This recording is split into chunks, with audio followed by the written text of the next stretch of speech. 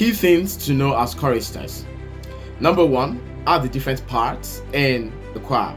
We have the soprano, we have the alto, we have the tenor, and then we have the bass. Oftentimes I hear choristers pronounce bass as bass. It's not bass, it is bass. It's pronounced as bass. And oftentimes I also hear choristers say, oh, I will ask them, what part do you sing? And then they will say, oh, I sing treble. It's not treble. Or sometimes they mistake soprano to be treble. However, treble is consisting of soprano and alto, right? These two parts consist of the treble clef, right? So it's the treble is a clef.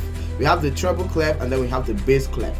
In the treble clef we have the soprano and the alto, and then in the bass clef we have the tenor and the bass, right? So these are the four different parts that you should know as chorister in a choir. Now the other thing that you should know also as a chorister is the different notes. This way I often see choristers struggle to fine tune, or maybe after transcribing they would find it hard to run the notes that they have transcribed. If you know your part, if only you know your part, running a note or running a hymn wouldn't be hard for you, or running a song wouldn't be hard for you. Here is what I mean.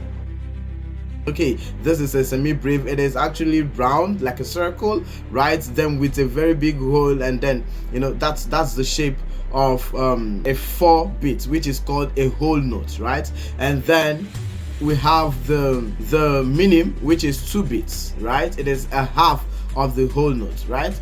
And then we have the crotchets, which is 1 beat, and also we have the quaver, which is half, and then we have the semi-quaver, which is the half of the half note, and then we have the demi-semi-quaver, which is known as the demi-semi-quaver is known as the 32nd note, and then we have the demi-semi-quaver, right?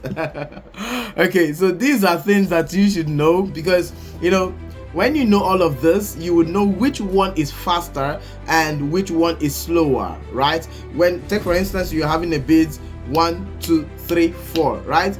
And then if that is the semi-breve, then how should a crochet sound like? How should a semi-breve sound like? How should the minim sound like? When you know all of this, it will be very, very easier for you to navigate your way around running a note. Thank you so very much. My name remains Wisdom. See you in my next video.